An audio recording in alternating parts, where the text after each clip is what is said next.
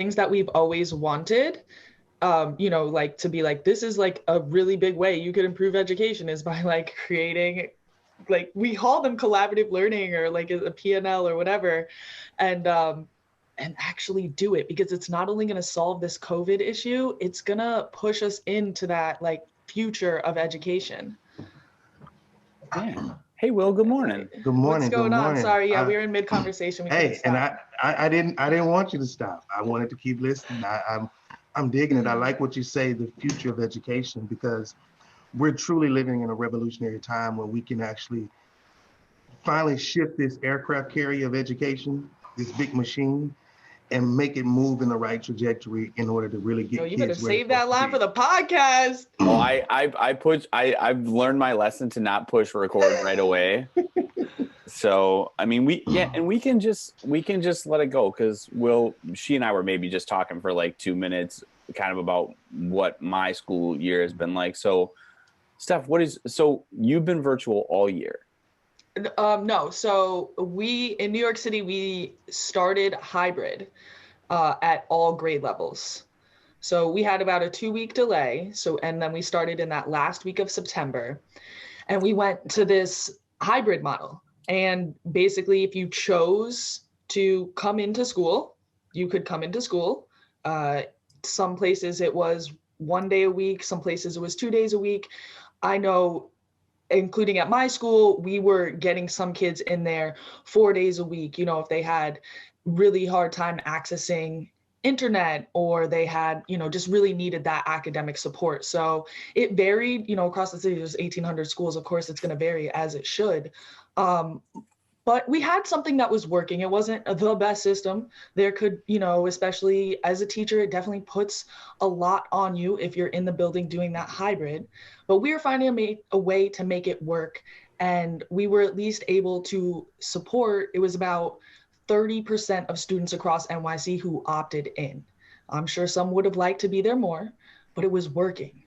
And we weren't, our positivity rate, which is like the huge metric everybody's using, I would like to see it turn into more of like a dashboard of metrics. I don't think one metric is a good way, especially with something that is so dynamic, to measure this. But our positivity rate was significantly lower. It was somewhere between like 0.25% and 0.5%, whereas the city, they shut us down at 3%. So when they shut us down, there's nothing spreading, or not nothing. There was very little cases in the school, and of those, we weren't really seeing like secondary spread. They would quarantine people, but it wasn't spreading. So that was the metric they used. Did they take data? Was it strictly data in the schools, or was it within the city? No, so ours is specifically in the schools. They had a testing regimen set up, and that data was specifically in the schools, differentiated from our general community transmission rate in the city. Okay, hold on. So y'all had students and staff were tested? Yeah, it wasn't universal testing, which I think they are trying to implement now, or it is required now. Like you're gonna get tested, but they were testing like a statistically significant portion of the population that should mirror the rest of the population. But apparently a lot of our scientific methods that we've used for however many years now seem to not be like good enough for COVID standards.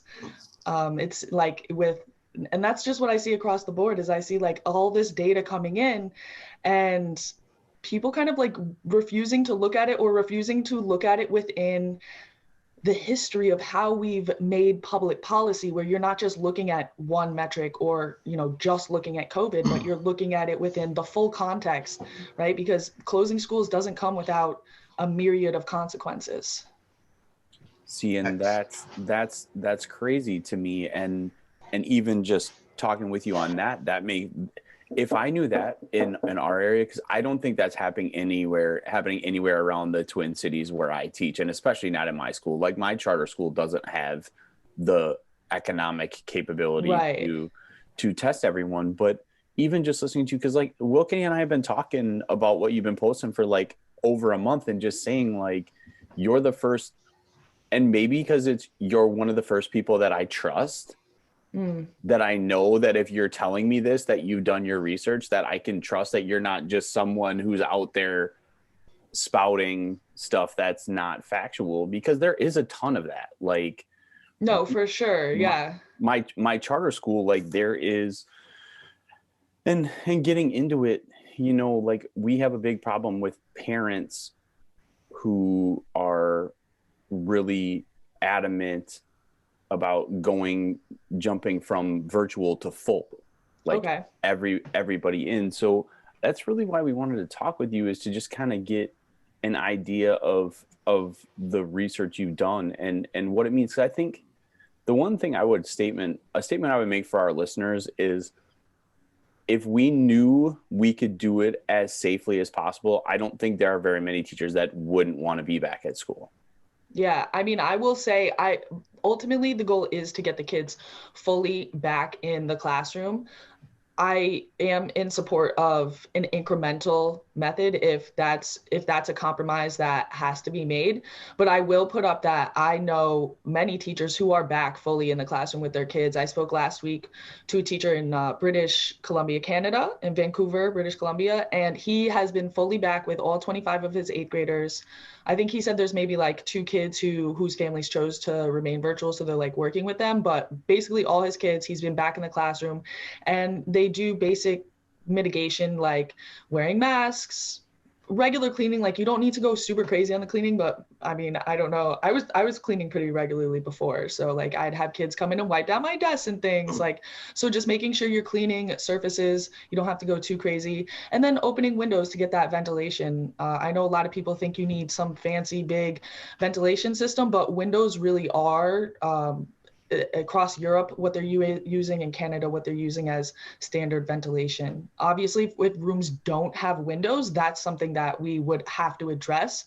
But I think that's more of an exception, and some places would be more of a problem than other places.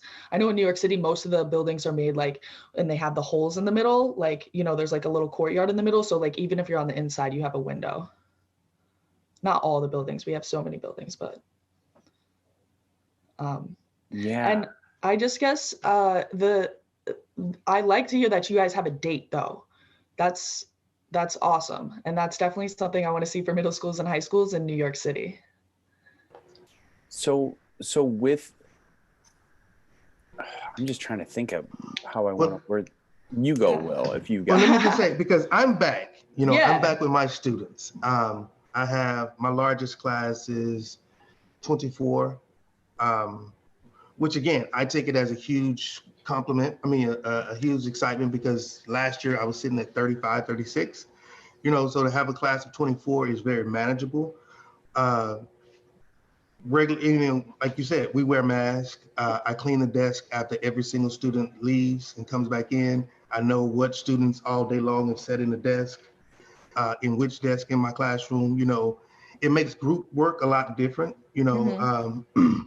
but I've found so far that it's been working for me, and it's my joy. I mean, I hated virtual school, I'll be honest. I felt more like a telemarketer or a cold caller, because you got to keep calling all these houses and talking to people, even though they told you, look, my kids doesn't have internet, or look, we don't have a device, and like but you have to hear it every single day, because that's the requirement when the kids are not logging in, that you're contacting that parent and finding out what's going on. So I'm thankful that we decided to come back. Now, I'm a little concerned that we have not, in Harris County, gone to stricter guidelines, because our positivity rate had gone down to as low as 5 to 9%. And right now, as a county, we're sitting at like 19%.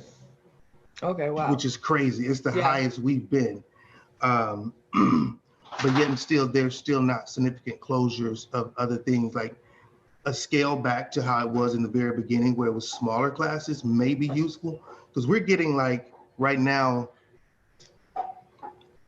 I'm gonna say on average, the last couple of months, 3 to 4 cases, some students, some teachers almost per week. And so what are your provisions around, so say somebody is positive, what are the guidelines around, okay, who has to quarantine, who doesn't? Because I've seen some variation in that. And that's definitely one of the things that we're battling in New York City is like we have these really strict quarantine rules that shut down schools, even if there is no spread. So what are you guys doing? Well, I mean, really, the people who are in immediate contact are I can't even say, because I believe I've had students, I've not been told. I know HIPAA guidelines says you can't tell people's, things and everything. So Right. I've not been told, hey, such and such student had, tested positive for COVID. Just I've a had student. a student. Okay. And so, and the people who they feel like may have been in jeopardy are notified, because you have to list out the people where you've been, what you've been in contact. And is there like a rule specifically? I know in some places it's 6 feet, some places they shut down the whole room, some places it's 3 feet. Like who are they sending? 6 feet? 6 feet. For 15 minutes? Mm-hmm. Okay, so if I'm a teacher at the front of the room and it's very unlikely I'll ever have 15 consecutive minutes within 6 feet of a student, so it's unlikely that I'll get sent home.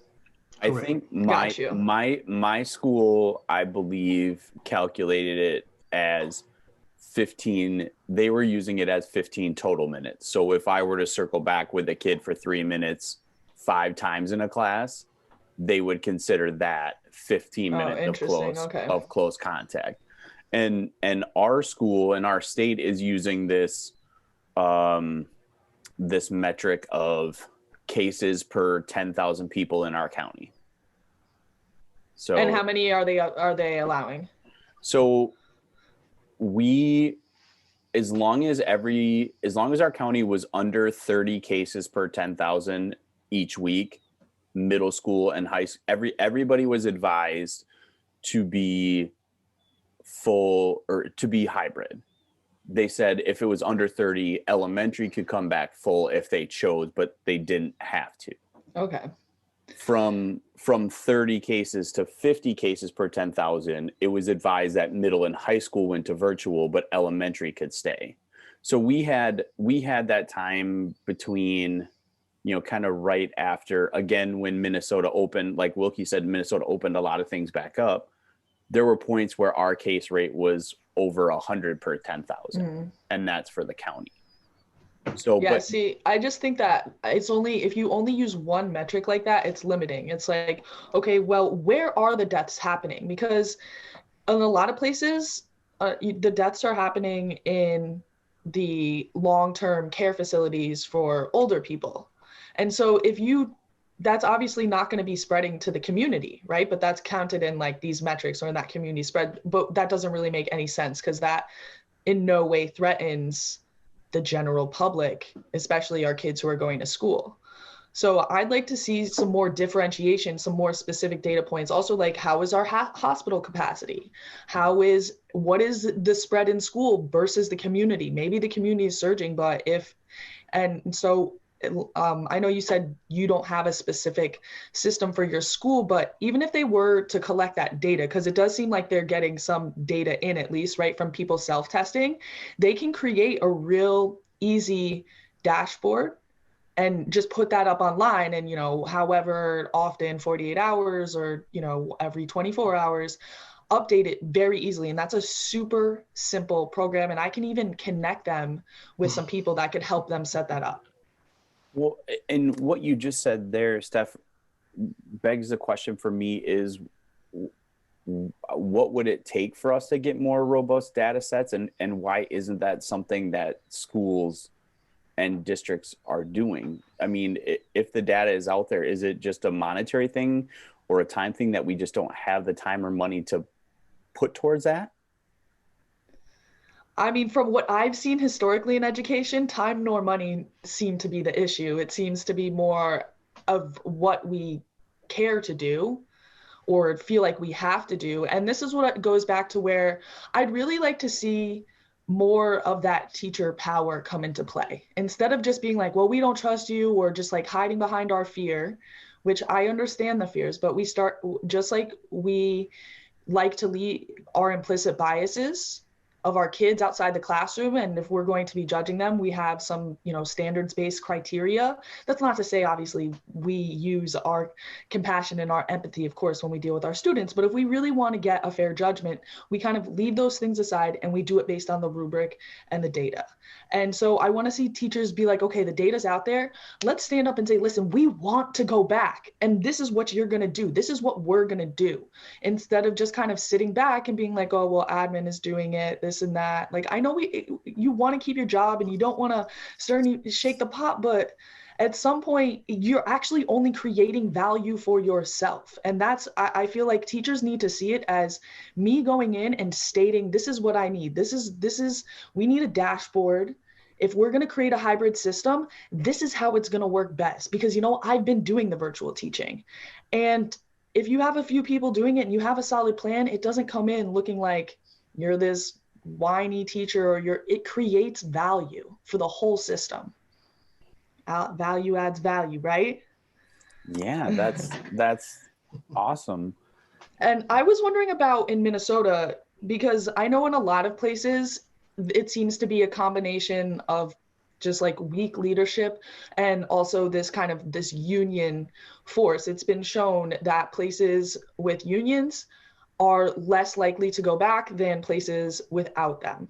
And so in Minnesota, you said, or is it in Minnesota, or is it just because you're at a charter school, you don't have a union? So I can speak a little bit to that, and then Will, you can speak to that too. I taught 7 years in Houston, was never represented by a union.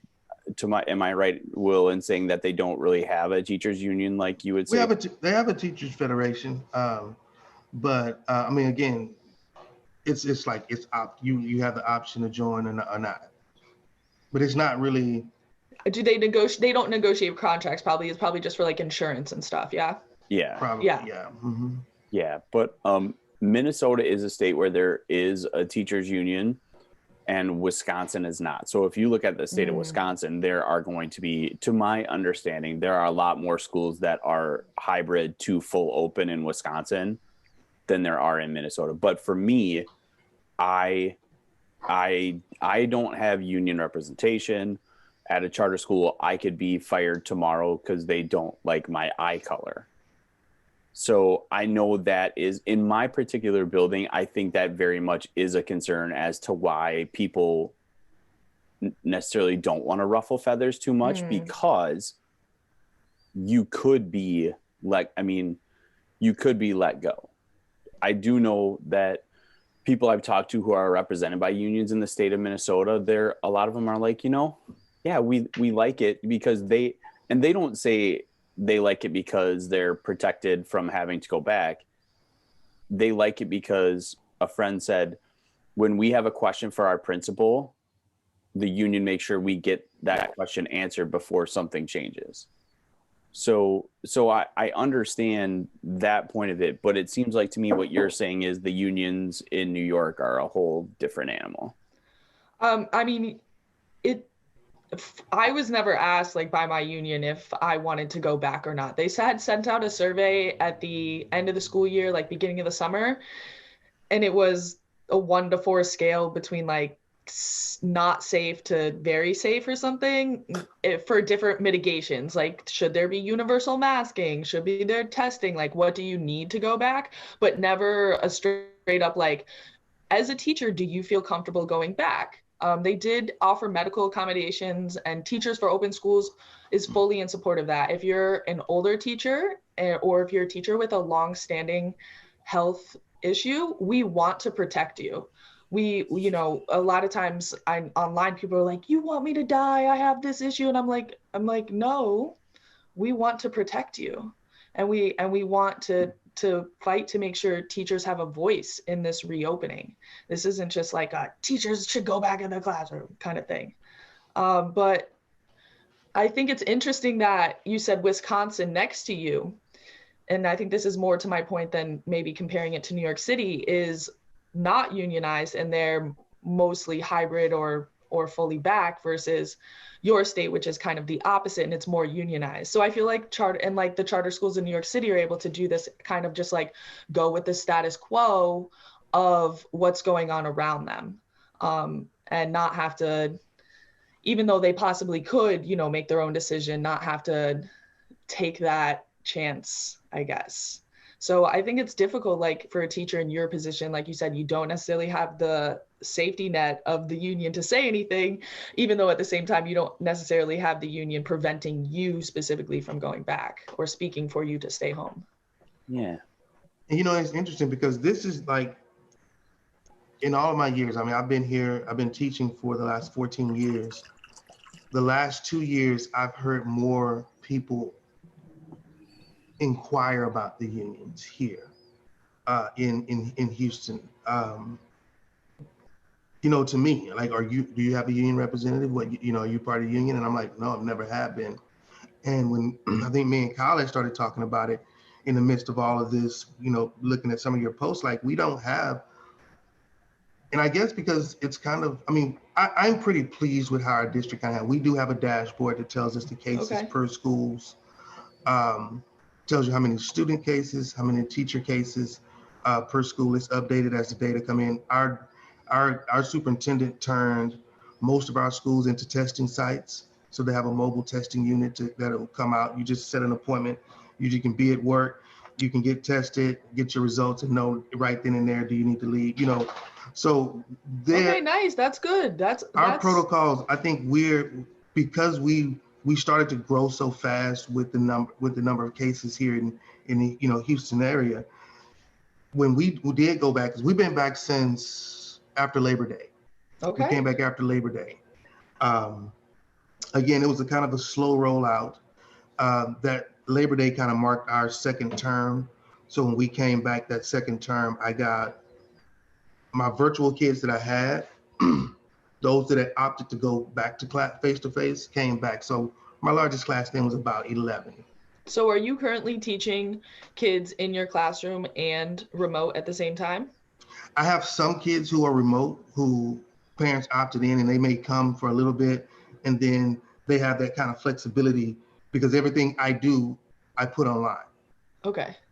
So, you know, so that they can have access to it from home, you know, from making the videos and putting them on there for them to be able to watch. So technically they wouldn't have to come if they did everything in there. And I feel if they did it with integrity, and that's the thing that we talk about with the whole virtual learning, that lack of integrity of the learning, you don't really know if it's taking place.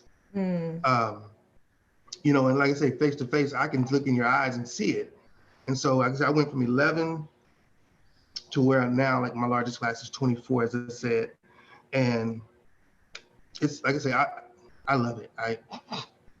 It's, you know, like I say, it's to me where I believe kids get that kind of, that it's more than just academic, it's socialization. Yeah. And it's the ability to mix with people who, that was a huge thing. And you could tell it even when our kids came back from being out of school from March until September, that time for them being out of school, that's like 2-3 summers, you know, almost that they were out of school. So it's like, you could tell that now my 6th graders are just becoming 6th graders. You know what I mean? With those like 6th grade, now I see the 6th grade socialization, where this is what I should have seen in August or September when they came back after summer, because they would have had that consistent interaction with people to kind of grow and to keep going.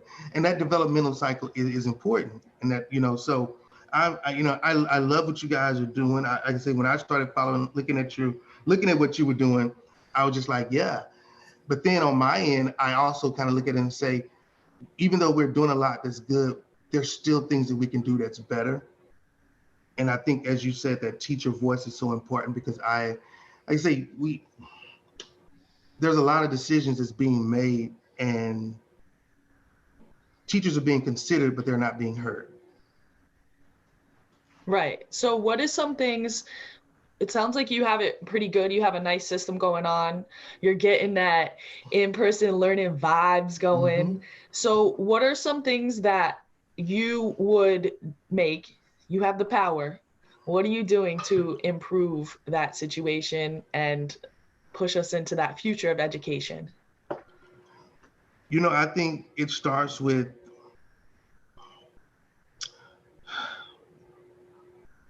teaching students and teachers how to be adaptable. You know what I mean? And we want people to be adaptable, but the system that we're in is stagnant. That doesn't make sense. It's like me telling all the fish in the water in the pond to grow to your maximal size, but I'm going to keep the same amount of water, the same amount of resources and everything else. I'm going to stay the same as a machine, as an organism, but you keep growing, I'll die. And I think that's what education is doing. And if we're going to shift it to where we're supposed to be, to where parents love sending their kids to school, where their kids love coming to school.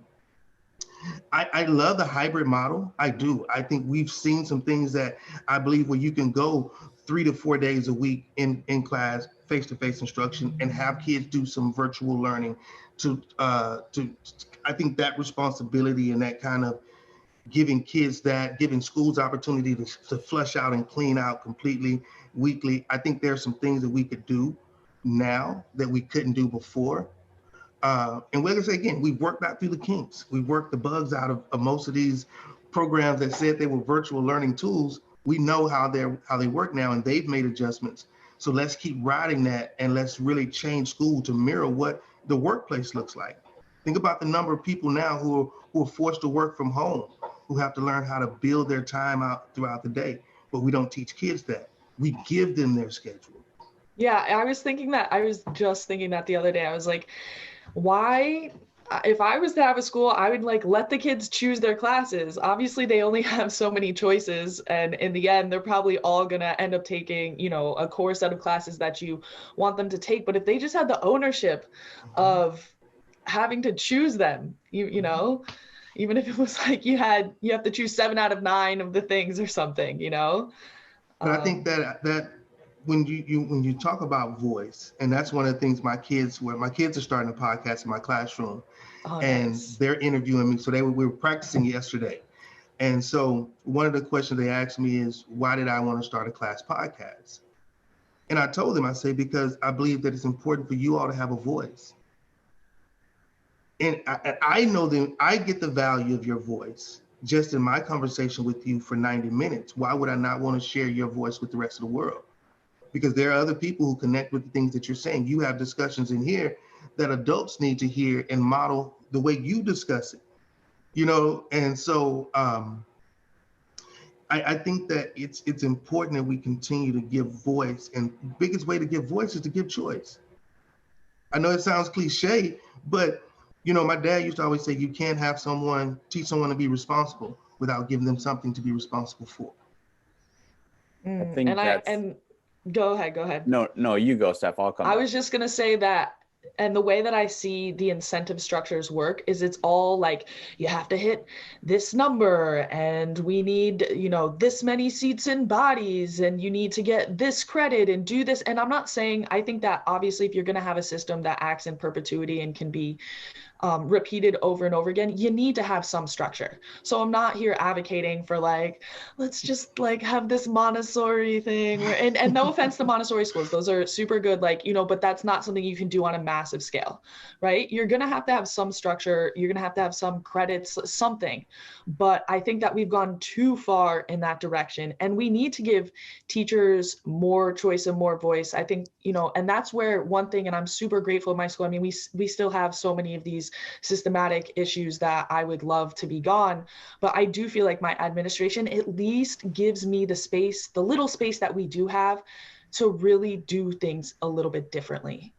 And I feel empowered in that way. And I want to see that for so many more teachers. And I think that this moment, as we're transitioning back into the classrooms, but I think we have to be willing to transition back into the classrooms. I think we have to be that reasonable, but we can't just like sit back once we get in there.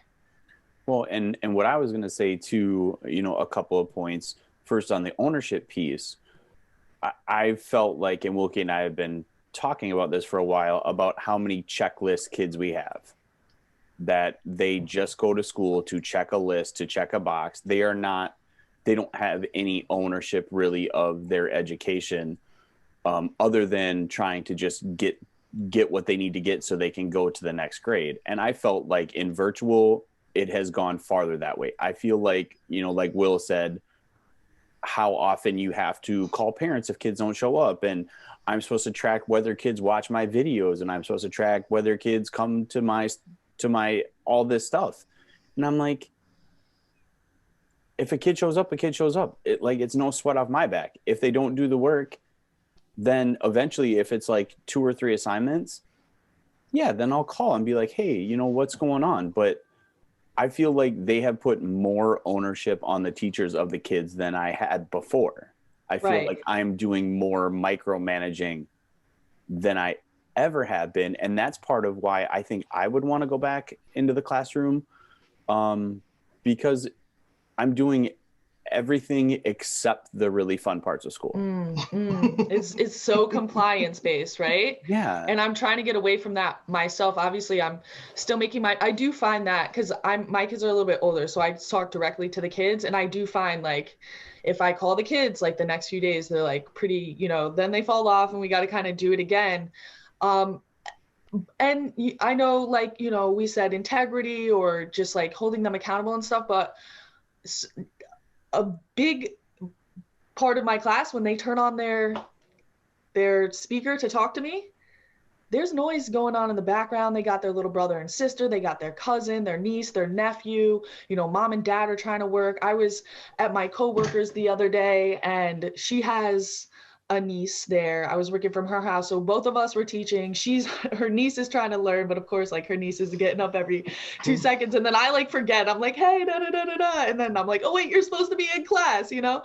So it can be a lot if you have things going on in the house, and so many of my kids do. Well, and the other part, when you ask the question of what you would want to see when we go back to move it forward, I told my admin, like, if we go back to this hybrid and you tell us it's because of the SEL needs of our kids, then you better damn well put a huge emphasis on SEL, and it better be more than a generic 20 minutes once a day. Like, I said that in a meeting with my boss in it, and she was like, yep.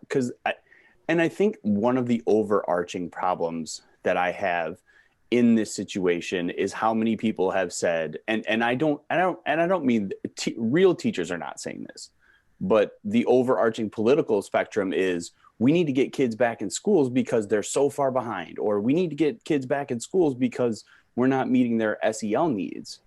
And it's like, it struck me when you said, like, what are we going to do to make school better out the backside of this? And those are things that need real discussion. We need real discussion on how much are we teaching kids and why. And yeah, my worry is just holding our kids hostage until we feel satisfied with that discussion, right? I feel like we have to get the kids back in the building to really be having that discussion. Otherwise, we are literally holding our kids hostage for at least just the basics. Like, yeah, we can say we need SEL, but there is something social and emotional about just having that structure in your day, right? So yes, I don't want it to just be like this empty language about like social emotional learning, but I do think that those are valid points. Like, the kids just need to go back, and then, but we can't stop there, right? We need to use all that energy you're fighting to stay home because it's not good enough, to fight once you get back to make it better. Yeah, and that's one thing I felt like, and I do want to acknowledge that the job of a school administrator or a school board is so difficult right now, to balance everything and to satisfy the needs of everyone. And like you said, nobody here is, and no real teacher that I've talked to or we've met or that we know is saying that if you're 37 and you have had cancer once or whatever it is, that we're going to force those people into a situation where it's unsafe. Right. And let's be resilient. Instead of saying, oh, our kids are resilient, let us be the resilient ones. Let the system be the resilient ones. Let it be so flexible and dynamic that it can say, okay, no problem. Right? We're going to protect this teacher. We're going to make it so that they work at home, and we're going to make sure that these kids have the highest quality in-person experience. So whether that means that teacher is paired with virtual only students, or whether that means that you have some aides or another teacher in their co-teacher in the classroom working with the students and that one zooming in. But we have to figure out a way to make our system more resilient, and not just with the, oh, our kids are resilient, like they're learning so much this year. Like, okay, that's great, but if they can't read and write, it doesn't mean anything for the longevity of their life. Yeah, you know what? And that's one thing that, coming back to what you said earlier about feeling like you had input, like I think had my school not waited until the 11th hour to drop the plan on us, and I could have prepared myself and understood exactly what they were doing, I think to start the year, I would have been way more willing to be in hybrid. But when you drop it on us like that, and then the opportunity came for me to be the distance teacher, I took it. And it was really, and looking back, even just talking with you, like I didn't have probably enough information to really make that choice in a logical way. It was almost entirely an emotional choice. The emotion of, I've got a wedding that's still on track in 2 months, and the last thing I want to do is get COVID right before the wedding. Like when we were going to go back to hybrid, everybody hybrid, I had told my boss, like, is there a way we can work that I can teach virtually for the 2 weeks before my wedding to ensure that I wouldn't be around anyone? And she was like, yeah, we'll make that work for you to make sure that your wedding happens. And then the next day she came back and said, hey, we're going to do this thing where we need a virtual teacher. Do you want to just do that? And I was like, sure, yeah, I'll take that. You know, it just seemed like a logical. Well, I appreciate that, though, in terms of a school. And I really appreciate, first of all, your 100% transparency on that situation and your whole thought process. But I think that your school, you only asked for 2 weeks, you know, so I think that's kind of actually a reasonable stance to take. And then your school was like, yeah, we're going to help you out because we value you as our employee and we know you're an awesome teacher.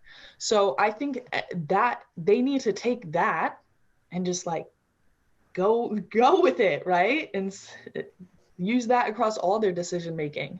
Let's get input from the teachers.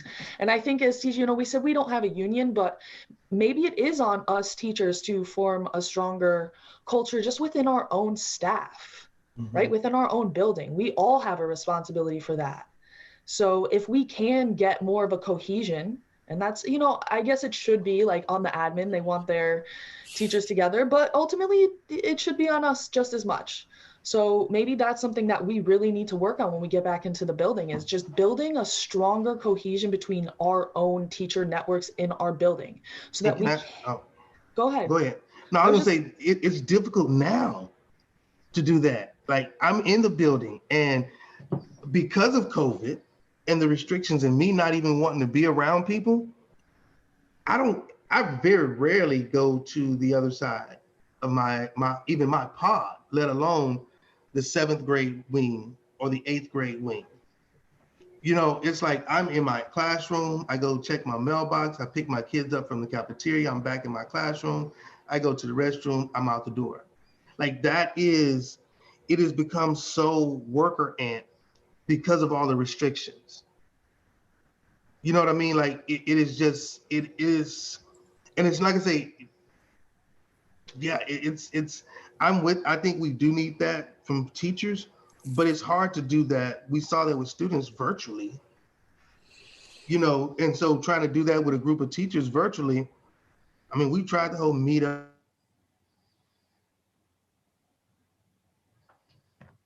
Uh-oh. Yeah. Hopefully he'll come back. I didn't know if it was me. It's usually me. No, it's oh, hey. Oh, what happened? Was I froze? Yeah, you were talking about. It's hard to do meetups. Right, and so the teachers, like with us, we don't even venture out to go see each other. That's a good point. You know, and it's scary because it's like I hate working in this type of environment, to be honest. But for the kids, I'll make that sacrifice. You know, because I am a collaborative teacher. I am a teacher who likes to sit there and gets my hands dirty while I'm working and doing things. You know, Kyle and I always talk about how teaching is a craft. And when you think about things that are made by craftsmen, those are the ones that are intricate. They give you every little detail. And I think that it's harder to do that craftsmanship now, because it's like the COVID restrictions almost like gloves. You know, most master craftsmen, if you're working with wood, most good carpenters I know don't even wear gloves. They built up this endurance in their hands where they can just do it, and they know how to do it. And I think that's what teachers are. And those restrictions, it put gloves on it, so we have to adapt. You know, I love the way Principal Ross said that our kids are not failing, they're adapting, they're evolving. And because, you know, everybody's saying kids are failing, kids are behind, but kids have been failing, kids have been behind. Yeah, but my question is it on the kids? I think it should be on us. You know what I mean? The kids are behind, but that's on us. So if we're saying that, well, it's not possible for us to, you know, get together in a group and put pressure on our admin and really have our voices heard, so we just should remain virtual because it's not going to be safe and it's not going to be worth it, we're then shifting all of it back on the kids, and we're saying, well, the kids, you know, they're learning, they're adverse. No, us teachers, if it's on us to overcome that obstacle if we expect our kids to do it. So, okay, we're in the building. Yeah, we're all separated. You know, virtual isn't the best. Maybe we do a outside meeting, right? Outside is safe. You know, like you can gather with people, spread it out, or maybe just do it by grade teams and one person reports back, or, you know, do small meetings outside together and then bring it back to virtual. You know, I'm not saying these are the answers. I'm just putting ideas out there. And they're great too. They're great. Like I'm picking them up and I'm like, oh yeah, I can see that happening. And I can see that becoming a very powerful tool. Because again, that is, I share with my mentee. I have a mentee, first year teacher, and I say, man, I apologize because this is like the worst year to become a first year teacher. I say, but it's the best year because the things you're going to learn this year are going to make you a rock star next year. You know, and so he kind of laughed and chuckled because he's hybrid. Like we still have some teachers who are, you know, he has half his class on virtual and he has one class that's in face to face. And we still have teachers like that throughout each department. But I think like I say, that teacher voice, that collective teacher voice is what's going to take to move education. Like we have to you have to be able to sit down and have conversations with teachers who don't agree with you, teachers who agree with you, teachers who are indifferent, and be able to come to a common ground that kind of makes everybody feel like my gap's been filled enough at this point. Now let's move forward to the next one. And eventually I know that as we keep filling, I'll get all of this done because the goal is to listen to everybody. And I think that if now COVID has forced education, it's forcing education now to really start listening to the boots on the ground. But what do we want to talk about is my question. Do we want to talk about how scared we are, how disrespected we are, how nobody's ever cared about us? Or are we going to take that energy and are we going to flip it on them? Because that's what I want to see. Because if we do the former, then the status quo can persist. Right. It's like you're living up to the expectation. Oh, teachers always complain about this, instead of saying, no, teachers, we're the wheelhouse for every single thing. Right. You can't complain that you don't have power and then not do anything to capitalize on the moment where okay, this is where the teacher voice can shine. Instead, we're using all that energy just to be like, well, nobody cares about us. We're unsafe. And I do want to say, like, I know we've been saying like schools are safe. There is a ton of data out there. We have so many articles linked up on our website, teachers for the number 4, it says the word for, but it's teachers4openschools.com. On our account, we're always tweeting things out. On our YouTube channel, we posted a week ago or a week and a half ago, a conversation with Emily Oster and Jay Bhattacharya, which are 2 big professors, PhDs. One is actually like a PhD, MD doctor in Stanford, and they give a presentation about 10 minutes long on the wealth of data from around the world showing that schools are safe. So I'm not just out here saying schools are safe because like I think they're safe or I feel they're safe.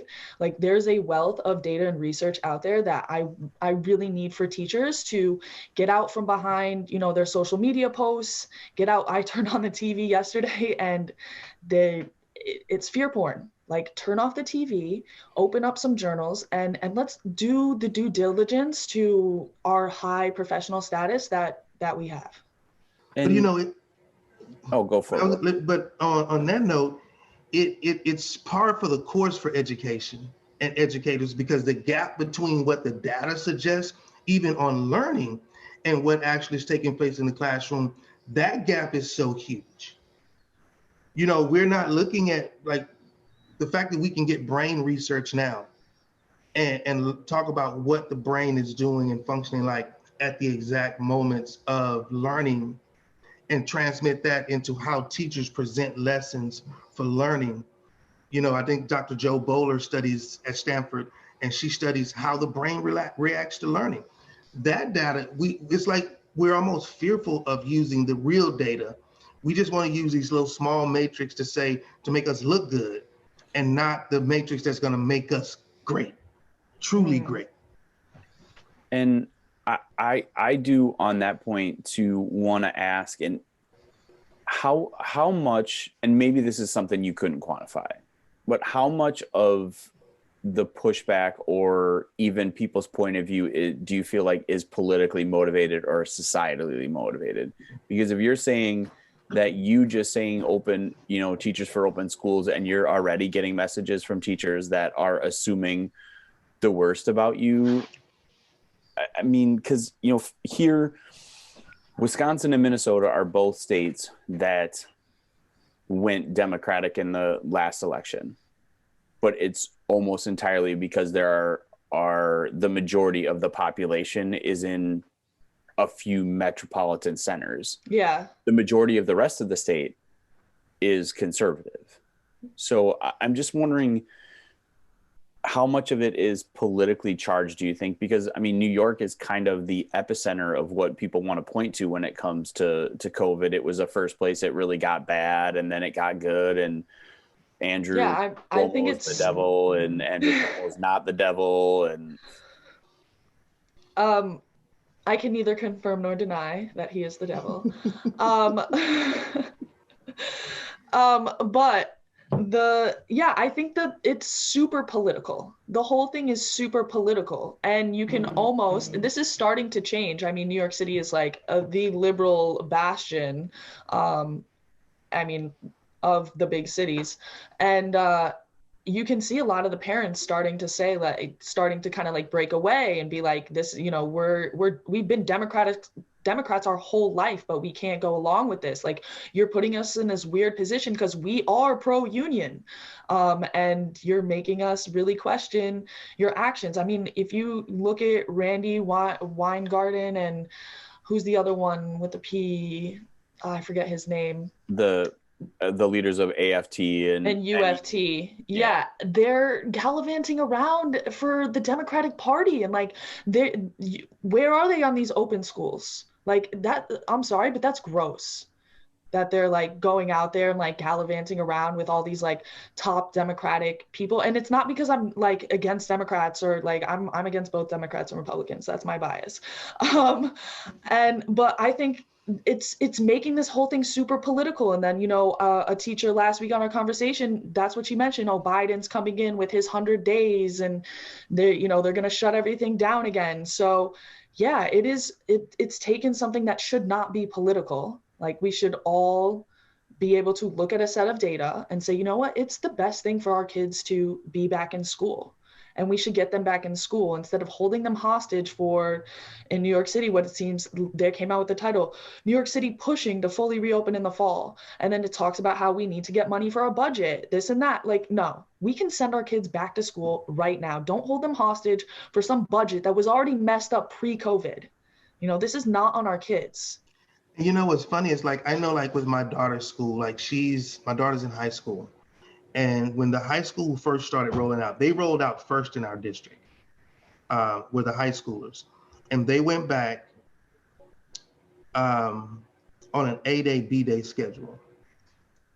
So you had kids in the building on Mondays and Wednesdays, kids on the buildings on Tuesdays and Thursdays, and Fridays were all virtual. So they started with freshmen and sophomores.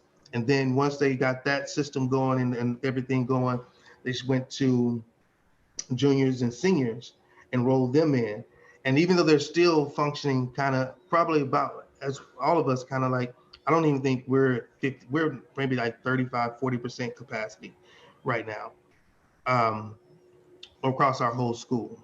And so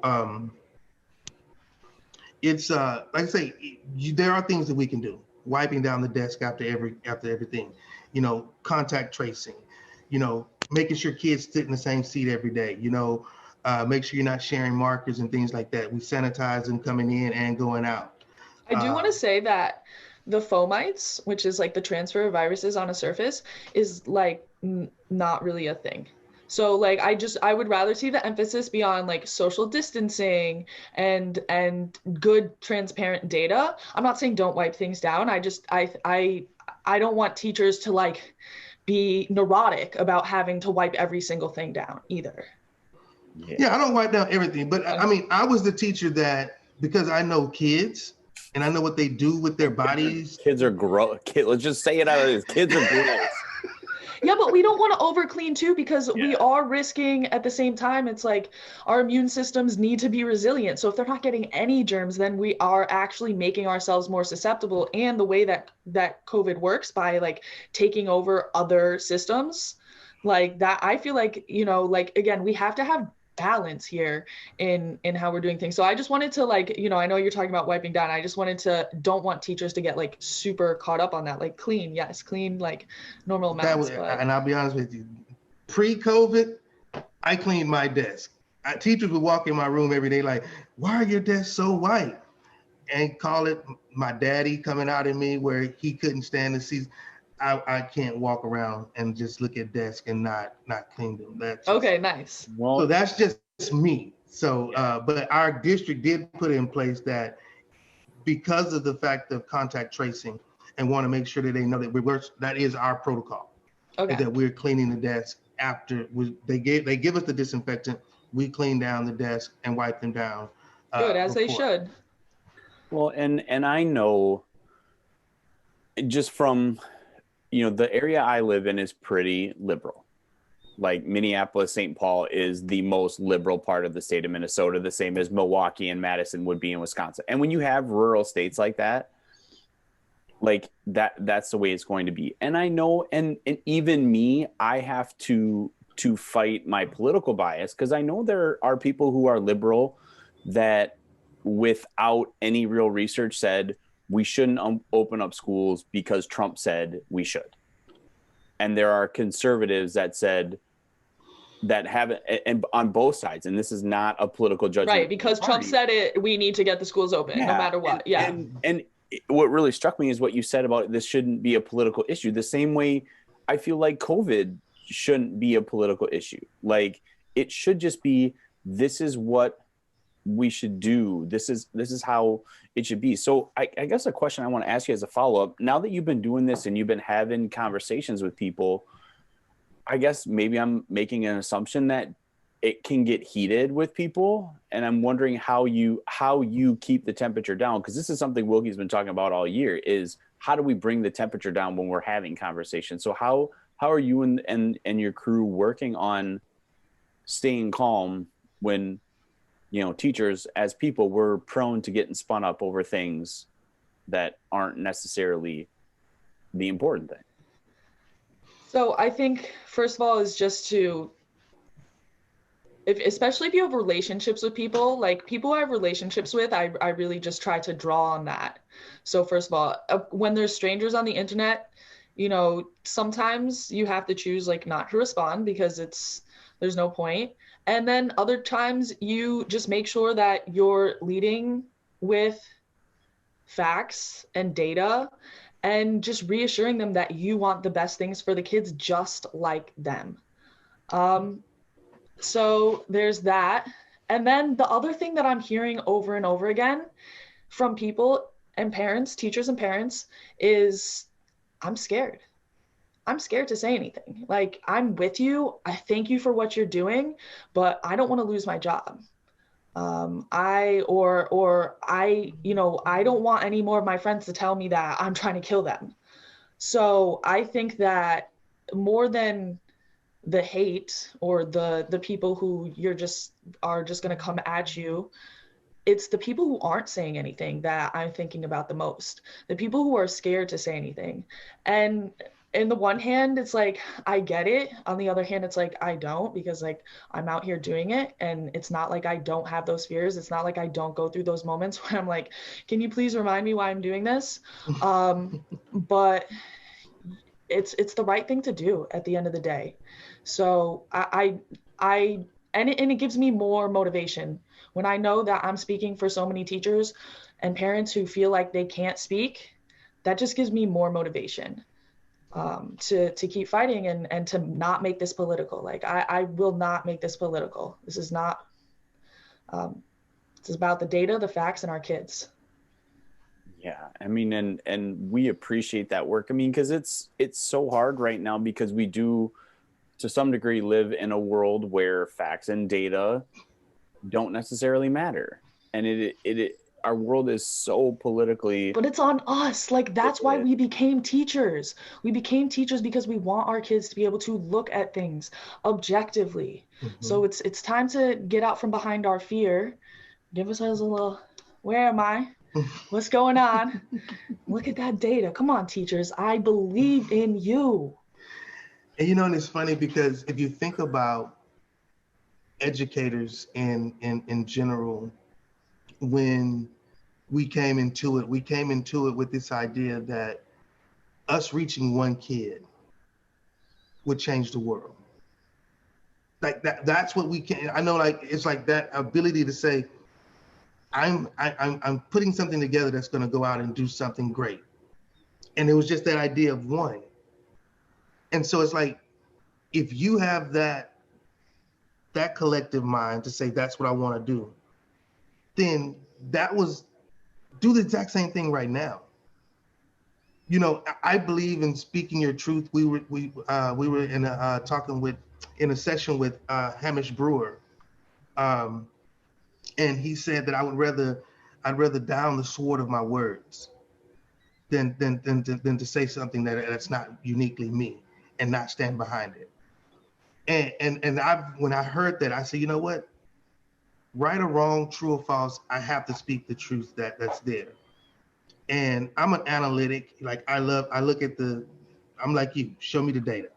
And don't give me this little cookie cutter data that just kind of shows one end. Show me everything. Let me make a well-educated decision on all of the information, not just a little piece of it. And I think a lot of times that's where the politics come in, is what little piece do we want to play to spin it to our favor? Which soundbite do you want to parrot to say this is why I believe what I believe? Right. And thinking about what you said, Steph, of I just want to go out, and I was thinking about this before we started talking, even like just start to remind people like, hey, we're on the same team. We're on the same team. And I think for me also too, when it comes to my school, because I know that there is a lot of fear in my school. But if I can do before I potentially go back, if I can start to just listen to my colleagues and let them have a space where they can talk about what they fear, so we can have an open dialogue about where everyone's at. Because I would venture, and it's hard for me to say because I hadn't thought of this, I bet there are more teachers than lead on that would prefer to go back and teach.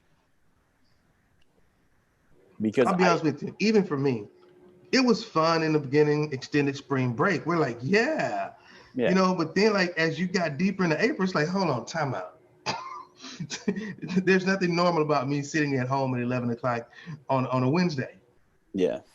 There's nothing normal about that in May. There, June and July didn't even feel like June, July, and August because March, April, and May didn't feel like it normally did. So yeah, I believe a lot more deep down inside want to be back in the classroom than who are saying it. And if you do, just say it.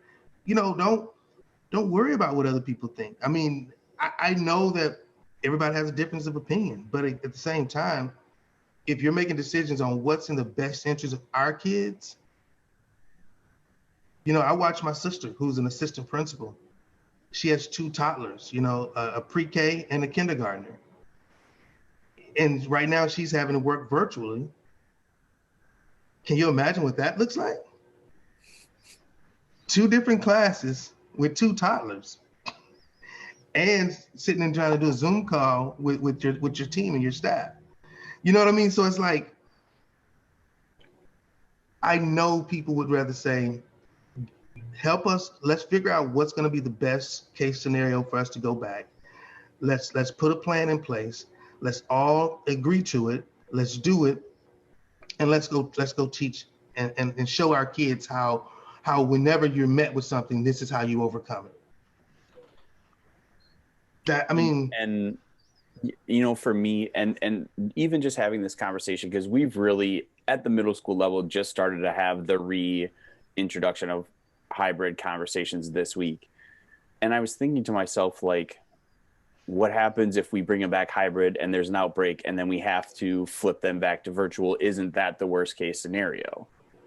But then I'm thinking to myself, like, I don't remember which book I was reading, and Will, maybe you can help me, but there's a lot of research out there of how humans steer towards avoiding a loss versus gaining a win. There's tons of data out there about how our brains work, that we would tend to always steer away from what we could lose versus what we could gain. Mm-hmm. Even, you know, they reference, like, if you have $100,000 and you bet 50,000 of it, you have a 70% chance of doubling it and a 30% chance of losing it. Even though you're more likely to double your money, you won't take the bet because you're too afraid to lose it.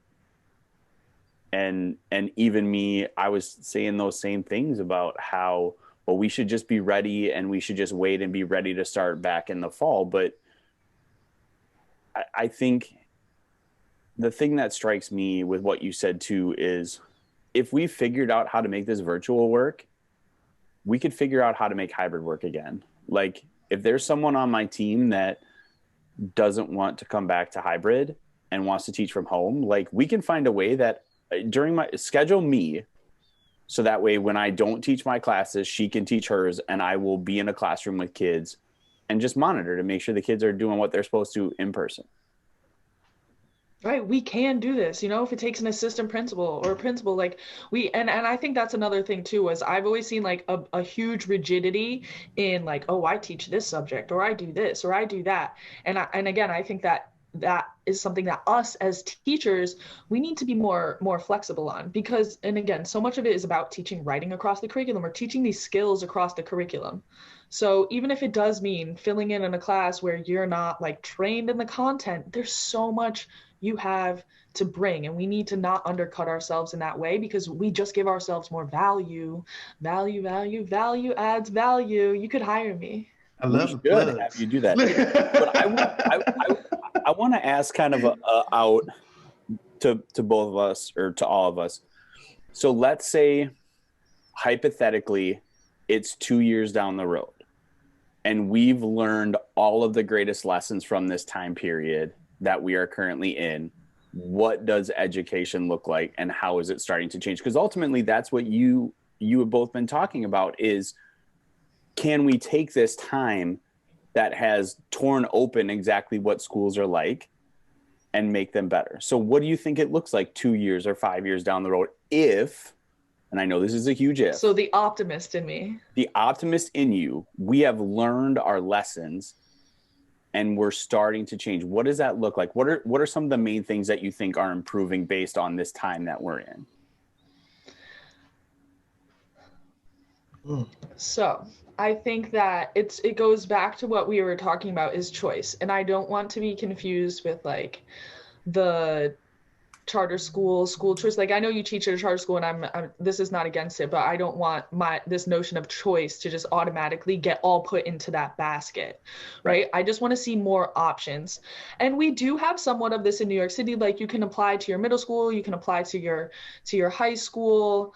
I think some of those are kind of like faux choices, rather than like actual real choices. But even just within the schools, how we're talking about, I want to see students being able to like choose their course selection. I want to see, I would like to see teacher training programs in colleges change, being like, especially because everything is so much more technology based now. So I'd like to see them get more up to date on that. But really just like, I don't feel like they really train teachers in the science and the data of things like reading and writing. I can't even remember what I learned there now, to be honest. um, but it's definitely not stuff that I apply in the classroom every day. The thing that I apply in the classroom every day is my training from this place called Lindemood Bell Learning Processes. And it's like reading and or math and literacy, basic math and literacy. And we work with all different types of students, from students who have like really severe learning disabilities to students who are just like, falling behind in class and miss something along the way. So we kind of fill in those gaps to get them back up on grade level. And my training in how to teach kids how to read is the number one thing I fall back on in my 10th grade social studies class. So just the actual science of how people learn is not something that we teach in school. So I think that's definitely something we have to do. But then on the school side, I want to see more choices for parents and kids. Will? Man, I'm over here taking notes right now. And teachers, right? Teachers need to have more choice and more voice too. Maybe those are a little broad and I need to work on some like more specific action steps, but. Well, I mean, yeah, theoretically we have this time where we should be. And that's something that has just struck me. Dr. Eric Thomas, he's on YouTube as E.T. the Hip Hop Preacher. Right when this thing started, Will sent me a video that said, and he was just shouting at people like he does. He's like, yeah, I know. I went to one of his live things. So yeah, so did we. It was awesome. But he was just saying, like, if you don't come out of this better, if you don't come out with a better business or a better life or a better whatever, I mean, you can't, it's your own fault. And for me, like, I can look at this time and we've been having, like, I've felt as a teacher, I'll be upfront that I felt guilt a lot of times that I have been home while other teachers haven't. Like, I was given that choice and I took it. I don't think I made the wrong choice. I had the option and I took it. But I felt guilt that I've been at home and doing my thing. And I've also felt guilt because I've had a great year. Like, my life is really good. I've spent a ton of time with my now wife that I would have never had that opportunity to do that. And so for me, and I'm trying to think where, this getting better, like, my life got better. And I think it was because I actively chose to make it better. I actively chose. Well, do you think it had anything to do though with like having all that time and being virtual and not being like getting your full paycheck and not really having a lot of those worries? Oh, 100%. And so that's what I'm worried about, is I'm worried that teachers are making these decisions based on the fact that they kind of like do have it pretty sweet right now. Like they're getting their paycheck. And I've seen a few of these posts on Instagram where teachers are like, oh, I know 2020 was so hard, but I'm so grateful to have like, not have to be like going in and focused on school so much and be able to bring, and that's great. And I'm glad you were able to have a good time. But like on the other spectrum, there's so many that's so converse to, I think, the average American experience. I mean, how many millions of people lost jobs? How many people took pay cuts? Right? I know a bunch of people who their office was either like, we're gonna lay people off, or you can take a 5, 10, 20% pay cut. And most of the people said, like, we'll take the pay cut so everybody can stay on. And teachers really haven't had to make many sacrifices. So I am worried that is an incentive to kind of push for virtual learning because it's a sweet deal. Well, I mean, and for me, and I will say for sure it is. I mean, even just for me, like, I save an hour and a half a day in my commute. that alone is worth it. And like I said, it is very comfortable. I have not really put on anything that would resemble professional attire in months. You look good to me. Thank you. I appreciate you. But, and that's just the thing. For me, it has been comfortable, and I've been very lucky in that regard. But thinking about, for me, the long term, like, real, and I don't want to say real emphasis on SEL, like in air quotes, but I love what you're saying with more choice, to give kids more. I think if kids had more choice, they could be socializing in groups of people who had interests that were into the things that they were. Like, I loved in college, because when I started taking college classes and I started getting into these groups, you can find a group for anything that you're into. And I know these kids have it a little more because of their online communities, but think about if you could get into classes with a group of people and you kind of had a cohort in high school that you choose. Like, yeah, we're all kind of on this same path. We like these same classes and we're going to do it together. Think about how much we feel good about it. Yeah. Right. That's what I think, like, social emotional learning is good. And I'm super involved in creating a social emotional learning curriculum for my school. I work with this. We have a company called the Open Future Institute, and we've had a program for the last 5 years that we've been integrating, and I love that curriculum. But the thing that I love about it is it gives kids agency. It's not focused on, it's not all like what I think so many people think that social emotional learning has to be. So if we can just create structures that empower kids, I think that is the absolute best thing that you can do for anybody's mental health. It doesn't need to be all this like, mental health and this and that, like focused on talking about that. No, when you are doing something you love and care about, you feel good about yourself. You feel confident about yourself. Oh my goodness. And that's a word that Wilkie and I have talked about a ton, is agency. And that would be one of the real drawbacks that I felt like I said, with virtual learning, is that the kids aren't getting a lot of agency. They're not getting a lot of chances, I feel like, to correct their own problems or to solve things on their own. So, Will, what do you think? 2 years So I want to let me say this. Let me say this. I got you. I think that sense of agency, because it's not being modeled,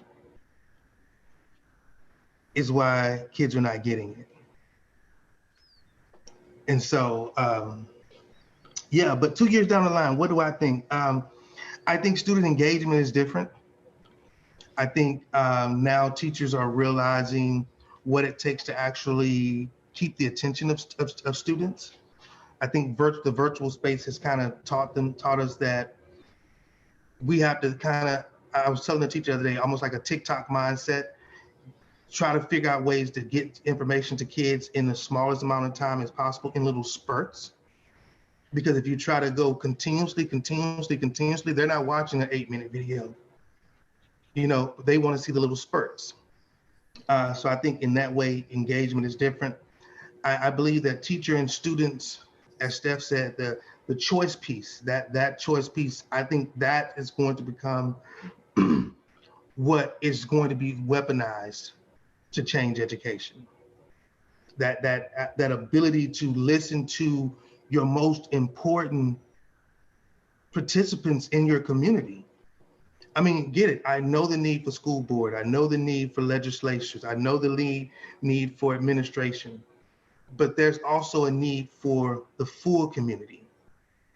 And I think that we have to listen to students. We have to listen to teachers. We have to listen to parents. We have to bring everybody to the table to have these understandings of, this is what education is going to be like moving forward. And we want your voice to be a part of it. We have so many parents who are disenfranchised from education because they had a horrible education experience. So their expectation for their kids is that it's going to be kind of like mine, that's just how school is. No, it's not how school is. School has to change. Society's changed. McDonald's used to make their burgers one at a time, and now they have machines that spin around and spit them out, and all you got to do is wrap them up. You know what I mean? So it's like everything has evolved. So education, I think that teacher, student, parent choice is going to be a big piece. I believe relationships are going to come to the forefront. Relationships will be at the forefront of education. I believe that skill-based trainings for students will begin earlier. And I think that career development has to start happening, will be happening at the middle school level, because you'll have some students who will gain interest in high school and completion simply because of something they discovered in middle school. Yeah. And I think that's something that I would like to see too. I know in New York City, our system is it's got this weird over centralization, but like decentralization. So like all the power is in the central up here, but like, and none of the schools create like bridge programs. There's no cohesion or consistency from one to the other. So I would like to see like a decentralization from like the top at the DOE central level, and then like a more cohesion between like, okay, I went to this middle school, and so like that bridges me over into this high school program, or like, you know what, maybe I wasn't so into it, so I'm gonna like pivot and I'm gonna go over into this high school. So I'm with you on that one. I like how you describe that. And I think that's great. And hold on. I can't take credit. More. I have to cite this. That actually came from my daughter. I was asking my daughter the other day, because my wife is looking at opening a school. Okay. And so I asked my daughter, I say, what is it that you think that would make school different? And she said, you should start exploring careers in middle school. She goes, yeah, you got to have reading and math. You got to have all this stuff. But some of this other stuff, we can get it in other ways. She said, but I think that we need to start exploring what it is that you love to do, so that when you get to high school, it can be what you do and it helps motivate you. And I think structurally that means that we have to get off of a bell schedule. I think like I'm thinking, you know, we're putting out a lot of these big ideas, and I'm thinking about like, okay, on the ground level, like what are those action steps that it looks like? And it really does look like more of like some type of block schedule. Like you said, you're teaching 90-minute classes. That sounds like heaven to me. In summer, we teach 2-hour classes, and I love it because you actually have time and space to like do real authentic things. You're not like, okay, the bell's about to end, do your exit ticket, blah, blah, blah, you know, bye. So just but yeah, but I'm with that too, because Kyle knows that I've said it all the time. The reason that we still have the bells in school is because we were training people to, when they went into the factories and they went to the job sites, the job bell would ring for them to walk in a building. It would ring for them to go to lunch. It would ring for them to come back, and it would ring for them to go home. Right, but now it's protected by kind of the establishment education, because like, well, I'm a social studies teacher and that's what I'm trained in, you know? And I think that's important. I do think that you need to kind of like have specific training, but I also find it limiting, because last spring, for example, when we knew there wasn't going to be regents, I'm like, guys, like we can do whatever we want to do, like let's do it. And then of course the teacher's like, well, I'm a math teacher, like I'm trained in this, and I don't think you could teach what I want the kids to learn as good as me, and you know, and I can't teach them what you know. And I'm like,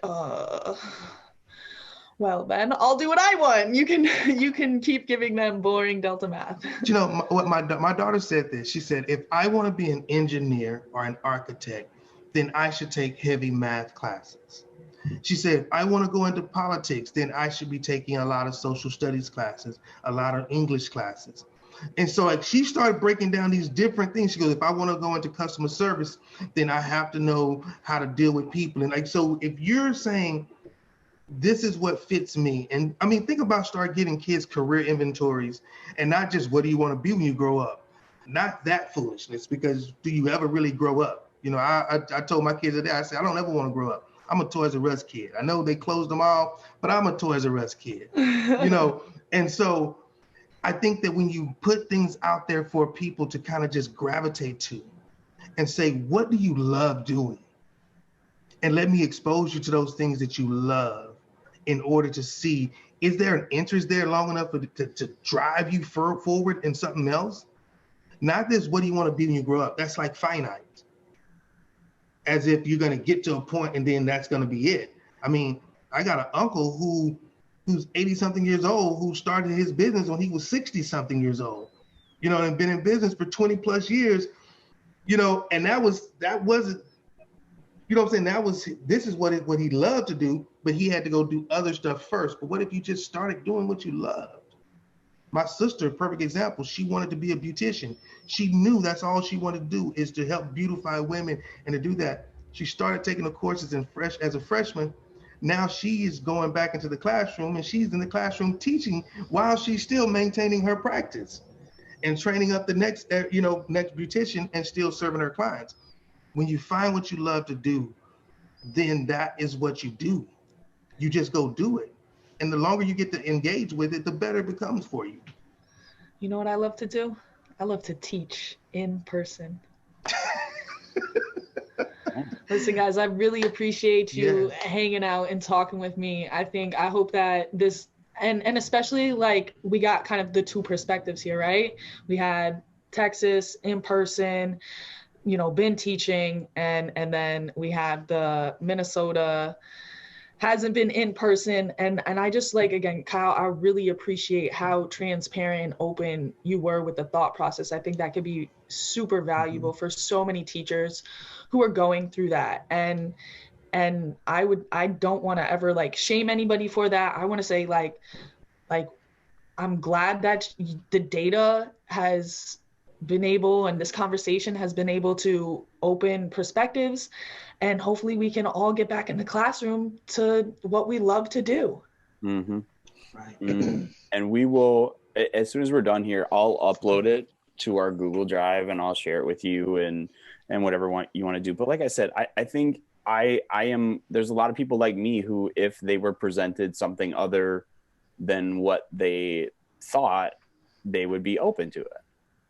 And I will say too, kind of to wrap up, that having seen Wilkie be in the classroom for so long and nothing bad happened, it's easier for me to be like, you know what? Maybe it's not as bad. Is there still a chance that I could get sick? And yeah, but now I know there's data that I probably won't be that sick. You know, so. Well, thank you for having me on. I really appreciate it, guys. Yeah, awesome. It was great to see you. Great to talk with you. Yeah. Again. Yeah. Have a good long weekend, right? Long weekend action. You too. I'm loving it. So we want to say thank you again. And I was listening to everything that you were saying about where schools need to be in 2 years.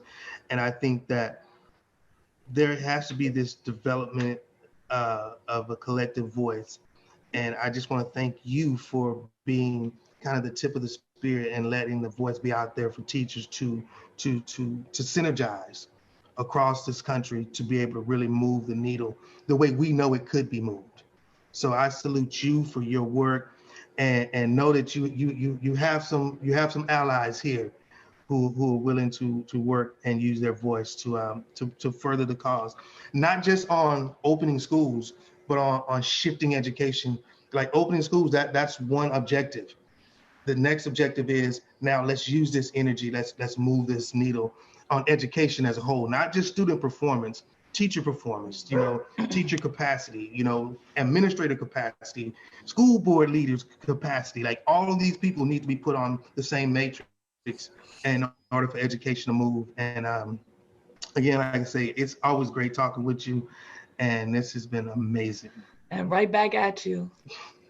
All right, be well. All right. Talk soon. Bye, guys. Bye-bye.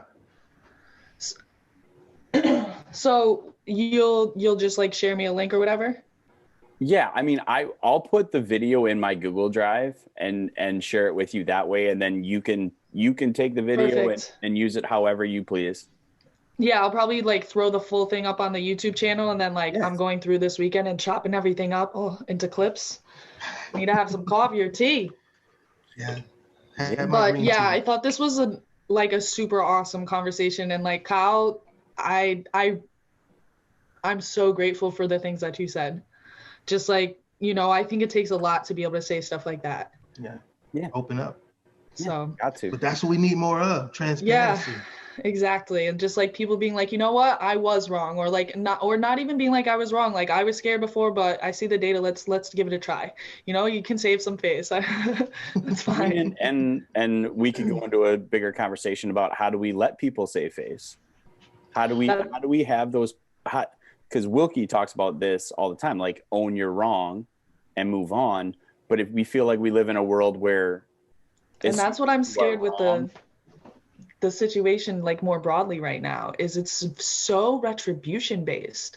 Like, oh, you were a Trump supporter, then don't talk to me, I will never be your friend again. Like, I would never do that to one of my friends. I don't care if you were a Nazi loving whatever. Like, I'm gonna pull you out and I'm be like, bro, like, let's get you some help, you know, like, let's figure this out. I would never, like, oh, make it a space where you can. And Will talks about this too, like, what are we teaching our kids if we can't say, hey, you know what, I thought this way, I learned something different, and now I'm changing my opinion. And it doesn't mean, like you said, it doesn't mean that I'm totally flipping to the other side, because I think the right thing is somewhere in the middle.